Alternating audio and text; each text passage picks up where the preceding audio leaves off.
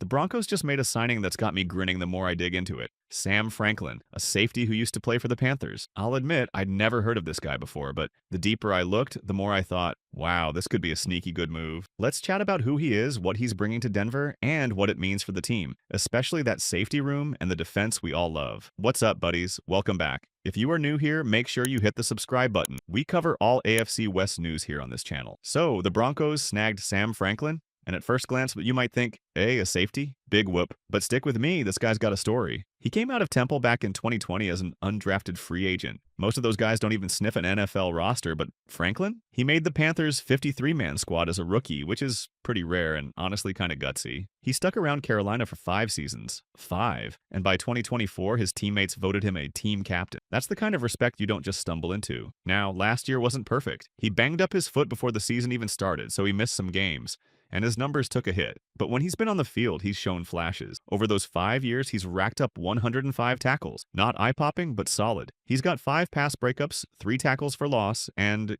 get this, a 99-yard pick 6 in 2023. That's right, he snagged a ball and bolted the length of the field, putting him in rare air with legends like Peyton Manning for those super long returns. Now, here's where he's really going to shine in Denver. Special teams. I know. Some of you might be like, special teams? Who cares? But hear me out. Franklin's not coming in to start at safety. He's here to be an ace on those third-of-the-game plays, kickoffs, punts, all that chaos. Over his 5 years, he's logged over 1,300 snaps on special team out of about 2,100 total snaps. That's a huge chunk. He's been a steady, reliable guy out there, chasing down returners and making tackle. New special teams coordinator Darren Rizzi, who just came over from New Orleans, is putting together his crew, and Franklin's one of his cornerstone pieces. Last year, the special teams unit wasn't a disaster. Let's be real, it was decent most of the time. But we all remember that one awful moment in Kansas City, right? Total meltdown. Outside of that, it was okay. Not great. Not terrible. Still, the Broncos shook things up. Both the special teams coordinator and the assistant head coach who handled special teams are gone. Rizzi's got a blank slate, and he's bringing in guys like Franklin to fit his vision. The contract's just 1 year, probably around $3 or $4 million.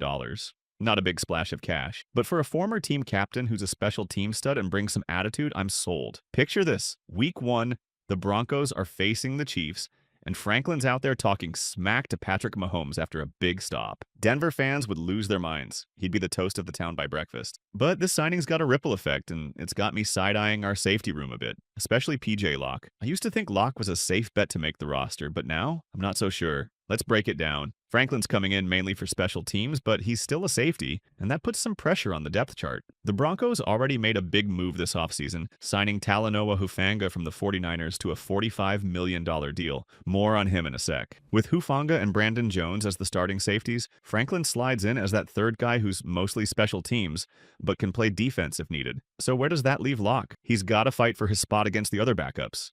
De'Laren Turner-Yell, J.L. Skinner, and Devin Key. Those guys are special teams contributors too. Turner-Yell was solid 2 years ago, but missed all of 2024 with a torn ACL.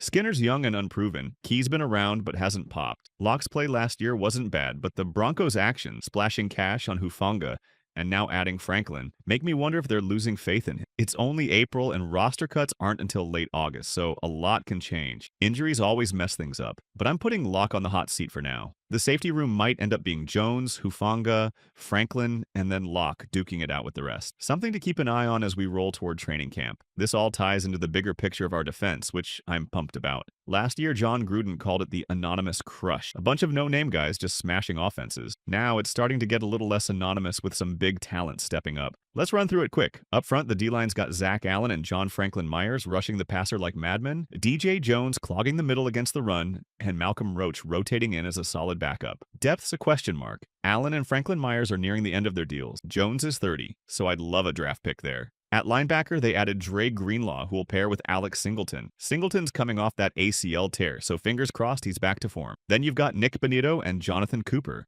both fresh off double-digit sack season, just terrorizing QBs. When they need a breather, it's not a picnic for offenses either. Jonah Ellis had 5 sacks as a rookie, and Dondria Tillman, a UFL gem, dropped 4 sacks on the Bucs last year. Wave after wave of heat coming at you. The secondary question mark, Pat Surtain. The second's the best corner in the game. No debate, he's the reigning defensive player of the year. Jaquan McMillion's like that annoying little brother who's always in your face. Offenses hate him, but he forces turnover. Riley Moss proved his worth late last year. They rushed him back from injury because they couldn't live without him. And then the safeties. Brandon Jones in year 2 of a 3-year deal from Miami was quietly great last year. Big plays, takeaways, the works. Hufanga's the headliner, 2022 All-Pro with the 49ers, 3 picks in 10 games in 2023 before an ACL tear, and some injury hiccups in 2024. The Niners let him walk after 17 games over 2 years, but I think he's going to bounce back big here. 2 years past that ACL, we might see the 2022 version again. So, where does Franklin fit? He's not starting, but he's that glue guy, special teams heart and soul, with enough defensive chops to step in if we need him. I'd grade this whole defense an A- right now. It'd be a flat A if Greenlaw and Hufanga stay healthy. Greenlaw's a run-stopping coverage machine, and Hufanga could be our next Justin Simmons, snagging picks left and right. Franklin's signing gets a thumbs up from me. It's not flashy, but it's smart, and I'm betting he'll win us over. What do you think, Broncos fans? Drop your thoughts below. I want to hear if you're as sold on this as I am.